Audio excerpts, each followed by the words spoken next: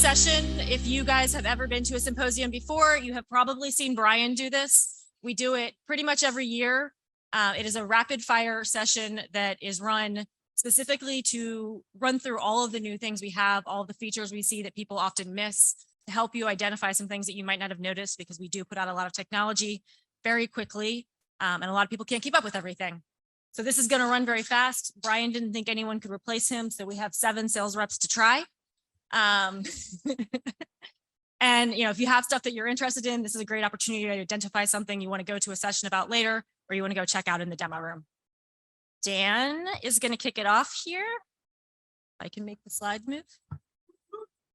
All right. I'm not going to go through the agenda because they're going to tell you what they're talking about when they get there. Thank you, Johanna, and hello, everybody. Managing your rates. So how do you navigate your dashboard, and what are different ways that you can access your rates? So one of the things that we get questions about quite a bit, that the RunSignup company, we own a bunch of different brands, from RunSignup to GiveSignup to TicketSignup to TrySignup to BikeSignup to AdventureSignup, SkiSignup, PaddleSignup. If you have a login with RunSignup, that login works on all these other domains. So we call that single sign-on.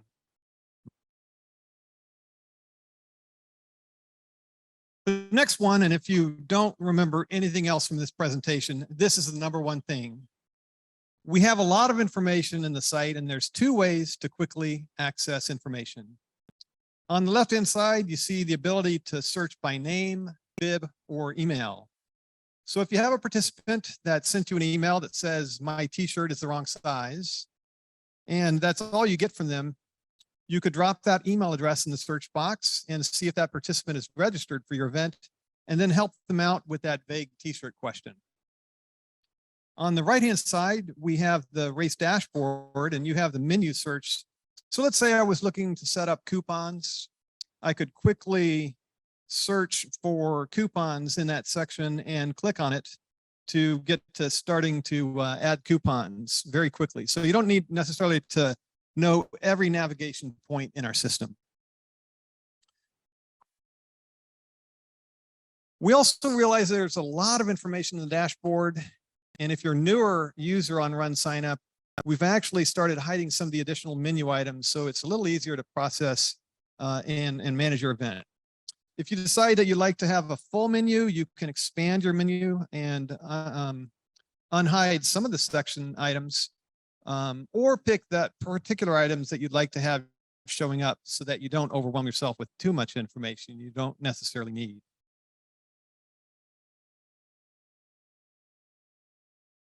So renewing your rates. One of the biggest benefits of the RunSignup platform is the ability for you to renew your registration event. And when you go through this process, you have the ability to granularly pick the items that you would like to do on renewing your event. So what's really cool about this is that your race URL stays the same. So for example, the URL from last year's race will be the same when you renew your race. And we bring over all those settings that you configured in the previous year. If you have particular settings that you don't want to cover in the renewal process, you can unselect them when you're renewing. One other thing is that you'll notice kind of in the bottom section on the left here, it says your race is passed. So we definitely don't want you to edit your race and change your dates to next year. We want you to renew your race. And the reason for that is for better reporting and for better email functionality, because we have it categorized by current year or the year of the event. So one of the other really nice things that we do, in the top right-hand corner, you'll see the current sign-up number, and you can click that drop-down arrow, and it expands out your data, so you can see the current number of registrants versus your previous year. And then we compare with the number of days remaining. So this is particularly helpful if you're moving your event by 1 to 2 weeks or 3 weeks, or in some cases, 6 months during the pandemic.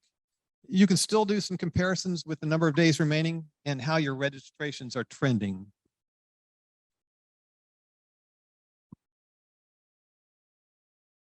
So we also offer under race website, and miscellaneous settings. Not every single event we work with wants to use the nomenclature of race. You may be doing a golf tournament, you may be doing a mud run, you may be doing a swim, etc. You can actually change that wording and it will update it across the platform. So when people are seeing information, it's no longer race information, it's swim info. So this is a really great way to customize your event and maximize the use of our platform.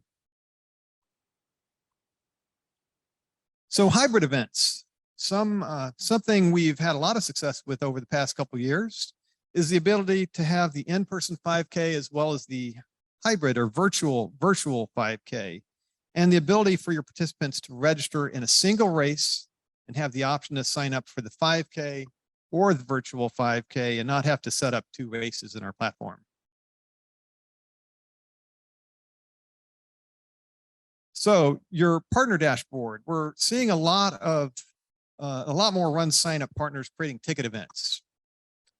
And we recently added ticket events as a menu item in your partner dashboard, so you can easily access your ticket events, see the various event directors, and send an invitation to an event director to create a ticket event. So it will be tied to your partner account. We ain't got time for clapping. All right. That took too long, Dan. We got to cut time down, man. All right. This part is covering in the registration section. So some quick things for registration is we have standard questions inside the registration. That's why we've added some checkboxes here. So this is hard-coded data into participant's profile. So if you just simply check emergency contact, name, and the phone, that's if they've answered those questions in the past, that data will just autofill when that person's re-registering again, just to save some time. Same for sign up for text message updates from the race. So in the event that there's a lightning storm or something and you have to do a delay or anything, you can actually use this ability to just mass text everybody and say, hey, start's been delayed by an hour and they've already agreed to all this. Giveaway descriptions. A lot of times you may not have the description of your t-shirt or the image of your t-shirt yet from your vendor, but once you get that, you can always go back into the giveaway section and you can upload the photo of the t-shirts or whatever swag that you're doing for your giveaway. There is also an option to stop collecting giveaway data after a certain date, which you can do. And that's going to be, moving on. Okay, shipping address. This was great, especially during the pandemic when this rolled out. We actually have a integration into the U.S. Postal Service, similar to Amazon. When your participants typing in their address, we can say, oh, this address is a little bit better, tweaks the, Grove versus GRV or something like that. But so if you're doing any sort of shipping to participants or shipping packets, so they don't have to go to the expo or anything, this is kind of forcing them to make sure you've got the proper shipping address for them.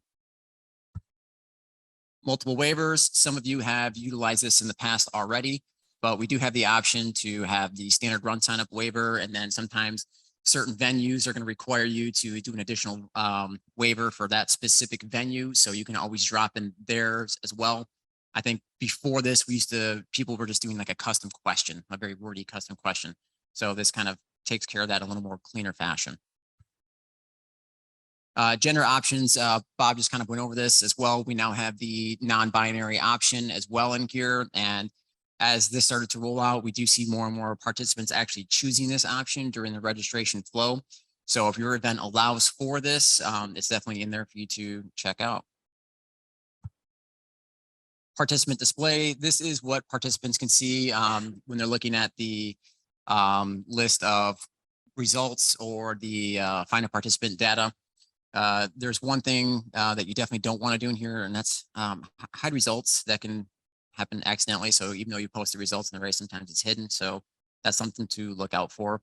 But this is important for doing participant tracking. So anytime you create a race on RunSignup, this page automatically exists. And this is so somebody can search for a specific runner and then say, yep, I want a text message result or an email result for when this person crosses the line. So that's the way, grandma can search for me and find my results as soon as they come out. With this, though, if a participant does check anonymous in their profile page, they will just show up as anonymous on this list. So because that absolutely is an issue with some folks. postpone or cancel. Hopefully we're not doing this anymore. Great feature that we had to do. Obviously, this was allowing if anything comes up with your race in the future, it does still happen. We've had courses get flooded out still. But this is a great tool to use where you can toss up there and have the runners go in and choose whether or not they're, if the race is getting postponed, do they want a deferral? Do they want to come to the race the following weekend or whatever options you have? But this is a great tool to kind of help direct that, especially if you've got, several thousand people doing your event. You don't want to email them all individually. Fast registration. This is very common for setting up for race weekend. If you're just trying to get people registered on race morning, what you can actually do is go in here and then just really trim down the questions that are asked of those runners that morning. You can set this up by a date and timestamp. You can use a special URL to do this as well. So really it just depends if you know that it's a 4th of July race and we typically have, 800 people that show up 4th of July morning. We just want to know what's your name, gender, birth date, move on. You can strip all the rest of these questions out of that so they can just right through that process. Updated credit card information. So we've been storing credit card data for a while on the site. If participants register, they choose to have their data stored. Now they also have the ability to go in and edit that credit card information without actually completing a new transaction. It was kind of a sticking point back in the day. But again, great tool for, the more and more runners that are using our platform. They're doing this and it just, again, speeds up that registration process, especially on race morning. Displaying age-based pricing and event tiles. Allison also hinted on this. We're doing more and more with the event tiles. We're able to give more data on that. So some of the events, and I just set one up the other day, they have 3 different kid 5K tiers for the pricing. And I was like, we have age-based pricing. So instead of having 3 tiles, you just need 1 tile. And then you can list the age-based pricing right there on the front. Before that wasn't there. And then I want to overtalk the ribbon. All right, we'll talk about the ribbon. I think we're coming up to it, but we'll skip it anyway. You can also put ribbons around these tiles now as well. So some of the things that we're seeing is, you can put age-based pricing on here, or there's other things that you can do with the ribbons that say run for free. That can be on the tile as well. Just something that highlights that event specifically.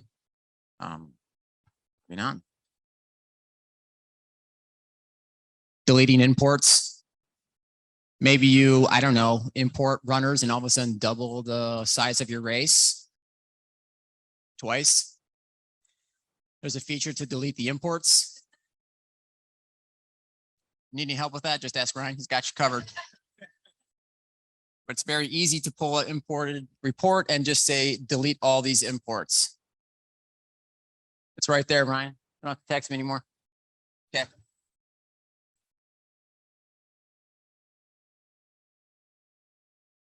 This still me? Yes. Okay. All right. Participant management options. Yeah, so much stuff, right? And obviously using that search bar that Dan talked about is a great way to find most of this stuff. Refunds, event transfers, race transfers, bib exchanges, deferrals, giveaway management, all the stuff that you're seeing up there. Awesome tools, especially if you have some sort of sellout race, doing wait lists with refunds, less a few dollars or something like that can really help your event raise even more money by still giving runners what they want as well. I know it's very vague, but it's a speed session. Grab this if you want more data on this. I've got some great examples of how refunds and event transfers and stuff like that are utilized for this. Oh, and here we are in the event transfer setup. Are you sure this is me still? No, geez, Pete. All right, event transfer setup. So this is where you can go in and you can turn on the event transfers. You can choose if you want the event transfers to be free, or you can have it be an upcharge. So, which is definitely more important. That's fine. Just crack those cans. But a lot of the times people, I think the most common is, well, I signed up for the marathon and my training's not going the way I wanted it to. I'd like to transfer down to the other event. This is a great way to do that. You can allow the participants to self-manage this system. So you're not having to field all of these calls. I do work with some races and they field all of these calls. If you have an obstacle course race, again, oh, I want to run with my friend in the 9 o'clock wave versus the 8:30 wave that I'm signed up for. Can you transfer me? Again, great tool. Allow the participants to just move themselves. This is why we have the ability to do it for free, or some races, depending on what event it is, they might charge $5, $10 transfer fee as well. Bulk participant management. This again was a great tool that we had to use during the pandemic, when it was like, hey, everybody that's in the 5K, you're being bulk transferred into the virtual 5K. You can essentially grab everybody with a couple clicks. You can grab everybody from one event and move them to a different event. And you can also move them from a race to a completely different race as well. So awesome tools to do a ton of cool bulk transactions and have really clean data at the end of it. Race Go, websites with Larry. Here I am. All right, so race websites, jumping in with domains. So we give you the ability to map a custom domain to your race website. So in this case, you have the scottcoffeerun.com. You can map that. Quite a few races are actually doing this now. We also give you the ability to map a subdomain. So you could do like reg.scottcoffee, race.scottcoffee, and take advantage of that tool as well. We're going fast. Hide and organizing custom content. So this is a great feature. Obviously, you're going to have a lot of content that you're going to be building out different pages for. So having the ability to organize that, you may create something like a post-race recap that you can build out early on, and you can just hide that until the event's over with, and then just uncheck it so it's already built out for you. And then, of course, just prioritizing other content pages. Expand more menu. So again, having those primary menu items on the top line there, and then just having the ability to click more, and it drops down to a sub menu where you can have, further detail if there's other things such as maybe refund policy, things like that, that didn't make the cut for that top line. Of course, you also have the ability to play with the design and layout of your page, link some social media, and then homepage custom content as well. Adding a frequently asked questions tab. This is something we strongly recommend. Really, it's more of a self-serve function for your participants. So if they have questions, such as this case, resending confirmation emails, you can map one of the support links that we have to this page. And it, like I said, becomes more of a self-serve. So you're not interrupted, with all your race logistics. Participants can come here and take care of that themselves. This slide, I think you saw a little bit earlier. This is my capstone slide, a new display option. So again, just adding another layer to the customization for the event tile. So being able to add in that background image and just help with really branding your event. Cover page. This is, as Brian likes to call it, the digital poster of your event. So just really gives you a great way to display a lot of information and all in one with, anything you have to promote about your event. So you have the ability to drop in some call to action buttons, videos, things like that, which we're going to cover here in just a second. These are a couple of examples of some cover pages using the website. As you can see, the color schemes that they're using, very complementary colors for the brand. So everything flows really nicely, showcasing the events and information relevant to those events, and then adding in some custom sections and things like countdown clocks really help to customize the page and personalize it. So dropping in something like a countdown clock, super easy. You're basically going to plug in that date that you're counting down to and that time, and basically that's it. It's right on your cover page for when your participants show up. So this might be something like, race starts or anything like that. Some other components, so call to action buttons that you can drop in. So again, right on the cover page, more information, becoming a sponsor, volunteer. These might be things that need to be highlighted. So they're right there front and center when participants come to your page, and this can remap them to other pages. Also, you can use this to remap things like other URLs. If you have other events that you're trying to promote, things like that can be used here. Again, dropping in a video, really easy. If you just grab that YouTube ID, plug it in, you'll have the video right on your landing page. So participants actually aren't, taken away from your website. They're left right there to watch the video. So this could be used for something like a promotional video and or maybe like a finish line video after the event's concluded. So people could come back, your participants could come back and take a look at that. So a dynamic data component here. So this is a tool that's really useful for events with fundraising, being able to have this dynamic thermometer here. So this event is trying to raise $300,000. They've about $38,000 in, and this is going to update in real time. So as those donations flow in, this will be updated and just kind of gives another layer again of customization. Last one here, price increases. So this again is something that you can set up initially. So if you have different pricing that are going to, keep increasing over time, you can set up which dates and times these price increases will take place. It reflects the current price, and then on Wednesday, July 1st, the pricing will actually automatically update. So you don't have to come back in and constantly do that manually. All right. Good morning, everyone. We're going to talk about emails.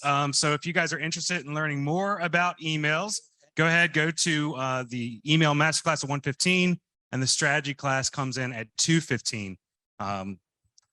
So one quick thing for pop-ups. Pop-ups are a great little tool that you can just have come onto your page. You can set the time that it takes to come up on the page. Great way for people to raise their hand and say, hey, I'm interested. I'm just not ready to sign up yet. And then you can follow up with more marketing to those people afterwards in a customized list. You see here now we have our new email builder.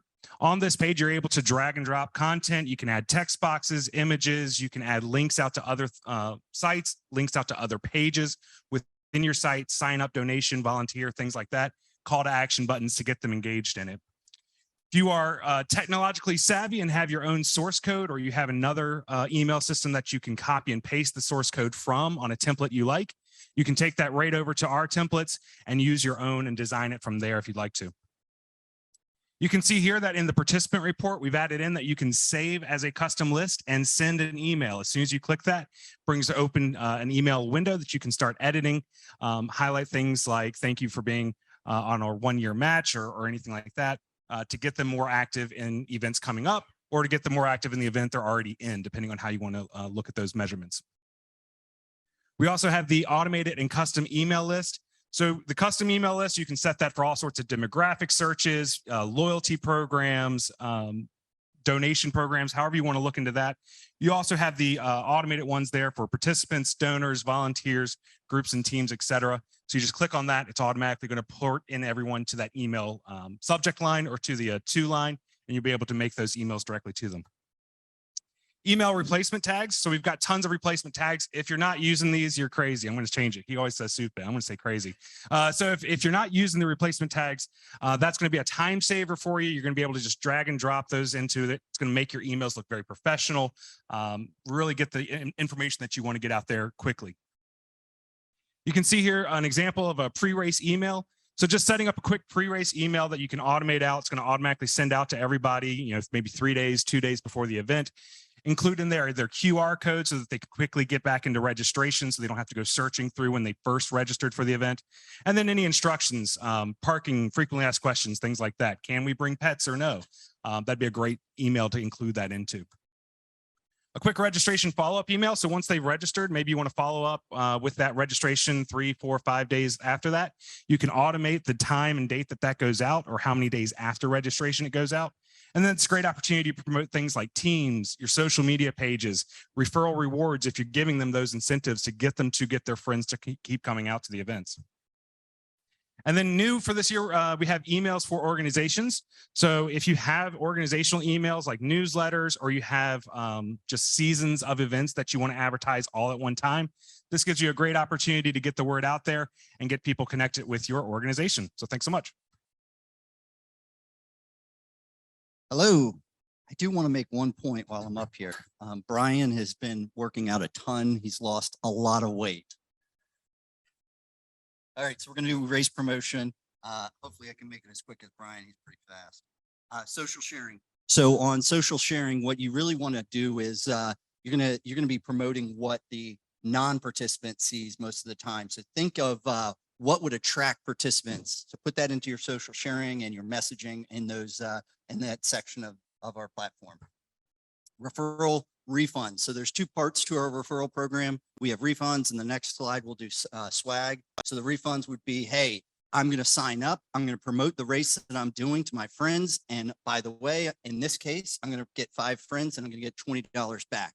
A good way to do it would be, hey, sign up and we're going to give you a free race. If it's, let's say, a 5K, and that might be $30. So most people think free race, I can get 5 friends to sign up for free.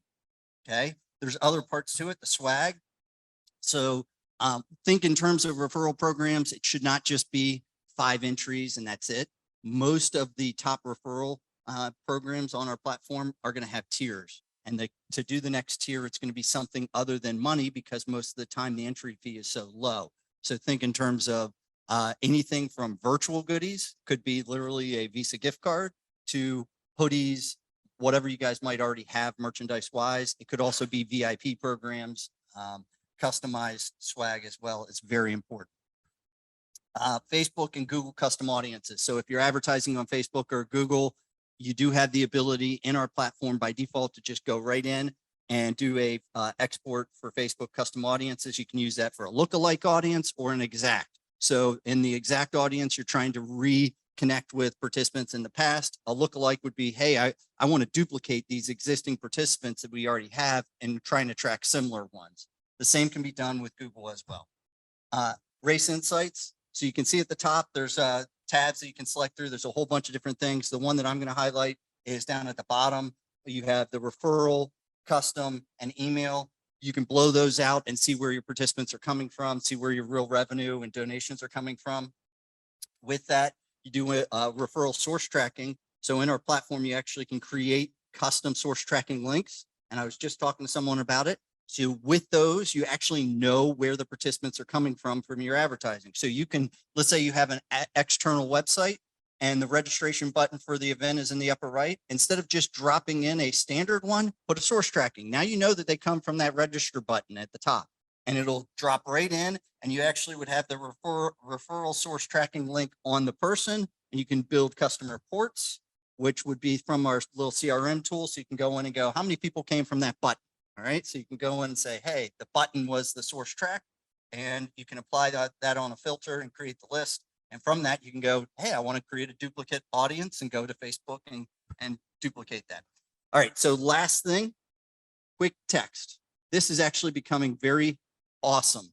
And when you start to look at it, all the other features that we went through, if you're at your packet pickup and you want fast reg, you can put a QR code or you can go text to, and now all of a sudden it drops them into the fast reg because they're on their mobile device. Okay.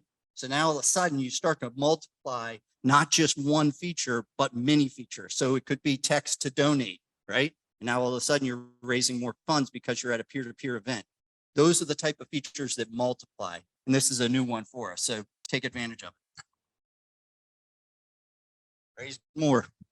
How about a hand for Eric Cohn? He did such a great job. Go, Eric. Yes.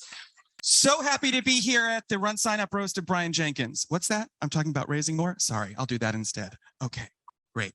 So first, we've got a great thing you can add, which is the donate checkbox at checkout. This is so if people have not donated on the donate page, you can add a quick $5, $10 checkbox donation they can do right at checkout. Makes it very quick while their wallet is already out and they're ready to spend money.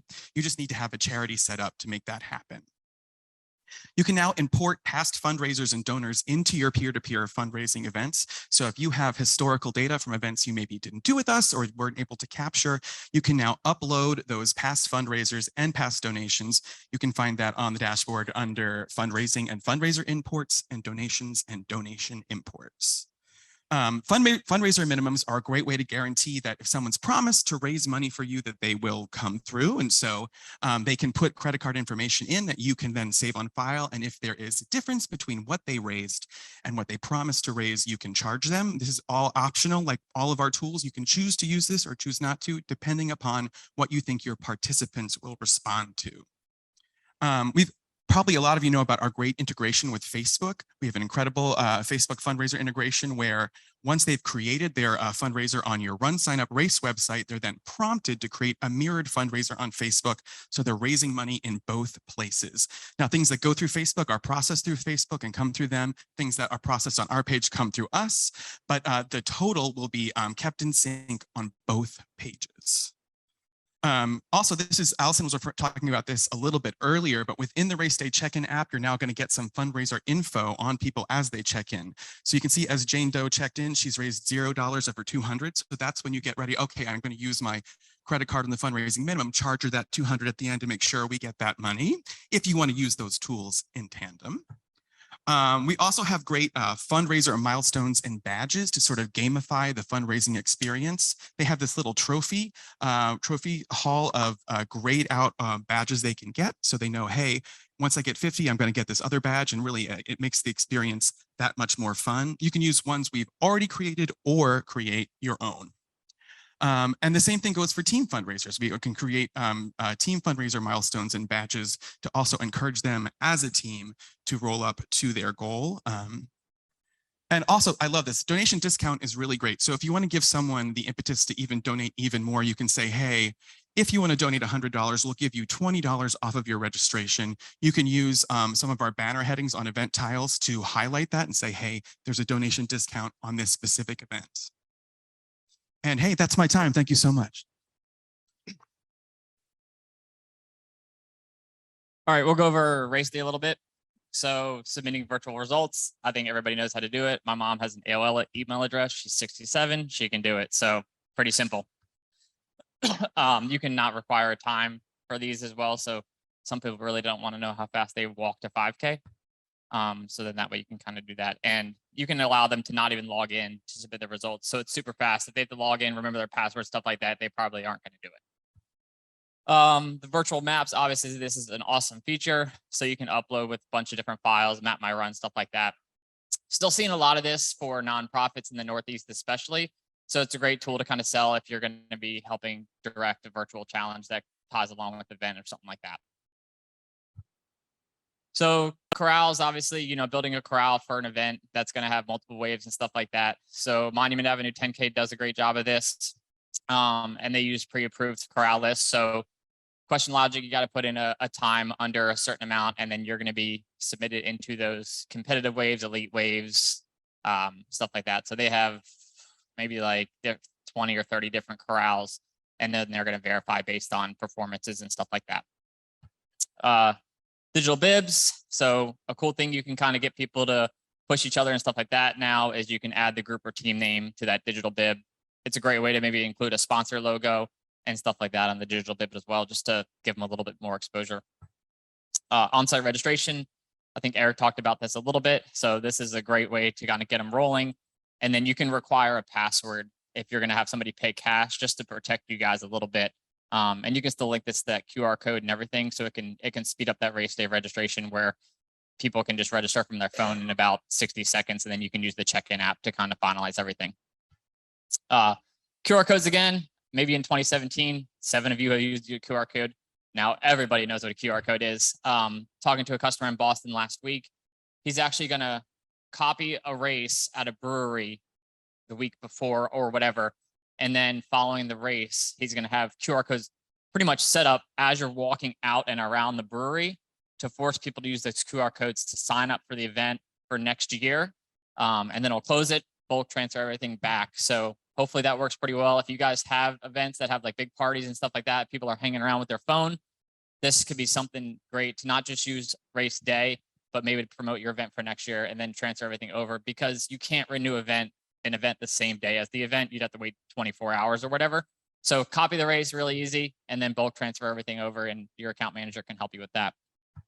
And then just make sure you test it with your phone, make sure it works, and make sure everything is looking good. And then this is just easier to see. Older people love this. I love this. I had LASIK and it probably didn't go the greatest. So this is a lot easier to see. As you can see on the right, it just pops out a little bit more. And then volunteers using the race day check-in app, just as easy as regular people checking in.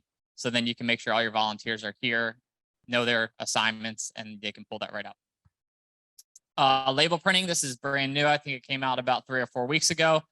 So if you want to learn a little bit more about this, our race day team is here in the demo room most of the day. So stop by, see Chris, Matt, and all those guys if you're looking to use this new feature.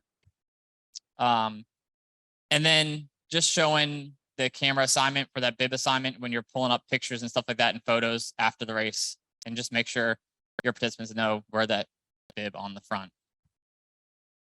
And then just go in there, you can customize results. If you don't want to show gender, or if you don't want to show age or something like that for an event, you're able to do that and just click that little circle guy. Finisher certificates, they're great for kids, families, virtuals, stuff like that. And you can kind of customize those and use different logos and stuff like that. Again, another great way to engage sponsors, just a little bit more exposure. And then just allowing participants to upload their photos. It's just a couple clicks and then they're going to have all of those uploaded. Race Droid teams here too. So now you can set up SOS alerts if something happens, very similar to like what Garmin has for their computers for biking and stuff. And then just backing up your scoring to the cloud so you don't lose it. Again, our race day team is here this weekend, or this week. So great thing to talk to them about. And that's it.